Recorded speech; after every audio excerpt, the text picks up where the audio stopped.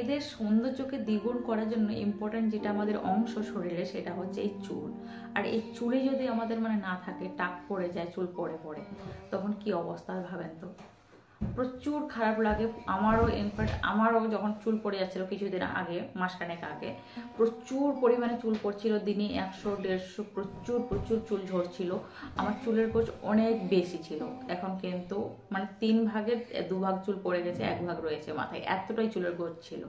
তো যখন আমার চুল প্রচুর পরিমাণে পড়ে যাচ্ছিল, আমি কিন্তু ডিপ্রেশনে চলে যাচ্ছিলাম। আমার ভেবে পাচ্ছিলাম যে কি করবো না করবো। এমন কোনো দামি দামি শ্যাম্পু ক্রিম নেই যেগুলো আমি চুলে অ্যাপ্লাই করি, হেয়ার মাস্ক থেকে শুরু করে। তো প্রচুরভাবে আমি চেষ্টা করেছি, কিন্তু চুলটাকে কিছুতে বাঁচাতে পারিনি।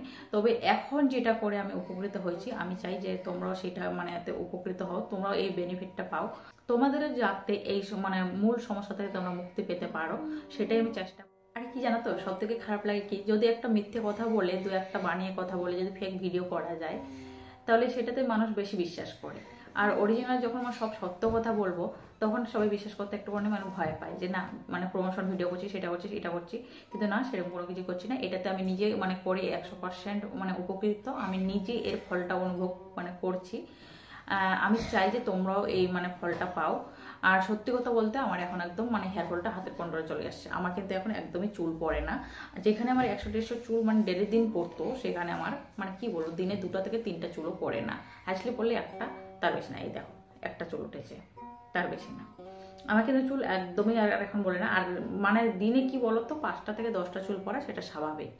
তার বেশি চুল পড়লে, যখনই 50টা-100টা বেশি চুল পড়বে, তখনই সেটা আমাদের অস্বাভাবিক একটা ভয়ের একটা কারণ। তো তখনই আমাদের ব্যবস্থা নিতে হয় যাতে হেয়ার ফলটা কন্ট্রোলে আনা যায়। তো কি বলতো, এর আগে 2টো ভিডিও তোমরা অলরেডি দেখেই নিয়েছো হেয়ার প্যাক বিষয়টা। তো আজকে আমি তোমাদের সাথে সেটা শেয়ার করবো না, কারণ যেহেতু শীতকাল পড়ে গেছে, প্রচন্ড ঠান্ডা, আর এই ঠান্ডায় সবার পক্ষে সম্ভব না যে সেই প্যাকটা রেডি করে মাথায় 1 ঘন্টা আধা ঘন্টা দিয়ে রাখার। আর অনেকে ঠান্ডা লাগে যাওয়ার ধার থাকে। আর যেহেতু শীতকাল, তো ঠান্ডা তো অবশ্যই লাগবে ভাই, আমি এটা কি বলছি, ঠান্ডা লাগে যাওয়ার ধার থাকবে। যেহেতু যারা স্কুল কলেজে যায় বা যারা অফিসে কাজ করে, তাদের পক্ষে কোনো মতেই সম্ভব না সেই প্যাকটা লাগিয়ে 1 ঘন্টা আধা ঘন্টা বসে থাকার। তো যেমন আমরা বাড়িতে থাকি, আমাদের হাতে অ্যাভেলেবেল টাইম থাকে, তাই আমরা করতে পারি। তবে শীতকালটা সত্যি টাফ। তো যাতে এত কষ্ট না করতে হয়, প্যাকটা তোমাদেরকে দিয়েও রাখতে হবে না, আর এত ঠান্ডার লাগা ভয় থাকবে না, কিন্তু ওই গুণটাই তোমরা পাবে, ওই বেনিফিটটাই পাবে। তো কি করে সেটা জানতে হলে অবশ্যই প্রথম থেকে শেষ পর্যন্ত থাকতে হবে।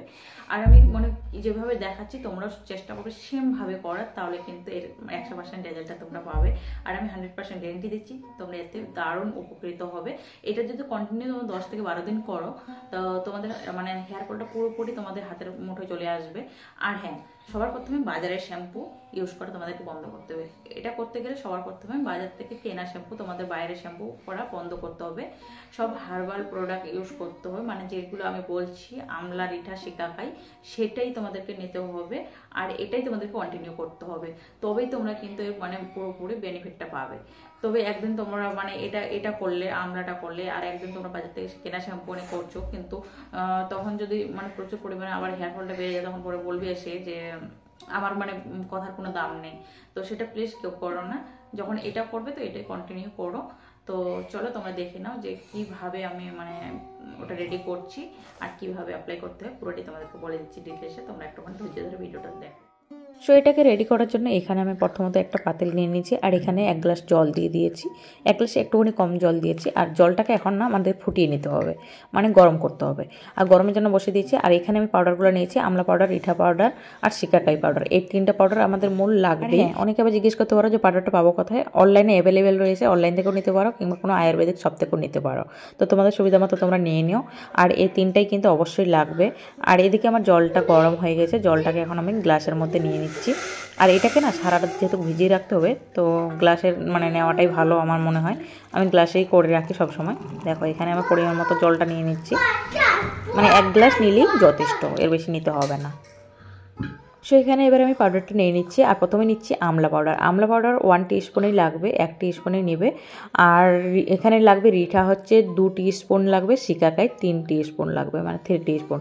তো এই পরিমাপটাই মানে নেবে। আমলাটা আমাদের চুলের রুটটাকে শক্ত করবে, চুল পড়াটা বন্ধ করবে। প্রথমত আমলার এটা খুব ভালো কাজ। আমলার অনেক বেনিফিট রয়েছে, যতগুলো তোমাদের বলে আমি শেষ করতে পারবো না। আর রিঠা হচ্ছে চুলটাকে মানে পরিষ্কার করবে, চুলের যে নোংরা ময়লাটা রয়েছে সেটা হচ্ছে শ্যাম্পুর কাজ করবে। আর শিকাকাই হচ্ছে চুলটাকে কন্ডিশনিং করে। তো তিনটার কাজ বলে দিলাম। তো তোমরা পরিমাণ মতো নিয়ে নিবে, আমি পরিমাণ মতো এখানে নিয়ে নিচ্ছি। দেখো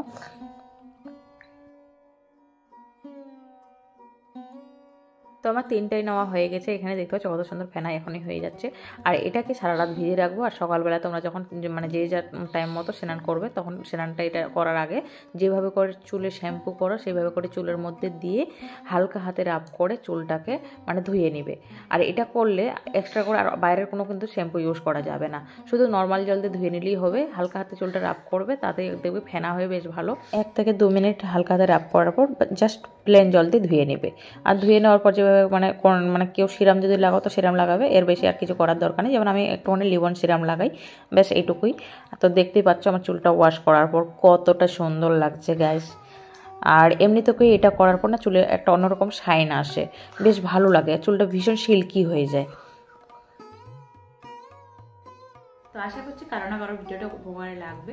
আর যাদের কোনো প্রবলেম রয়েছে তোমরা আমাকে মানে হেয়ার বিষয়ে কমেন্ট করতে পারো, আমি অবশ্যই রিপ্লাই দেবো। আর যদি কারো আরও আলাদা বিষয়ে কোনো স্কিন বিষয়ে কোনো মানে প্রশ্ন থাকে আমাকে কমেন্ট করো, আমি নিশ্চয়ই ওই ভিডিওগুলো করার মানে চেষ্টা করব।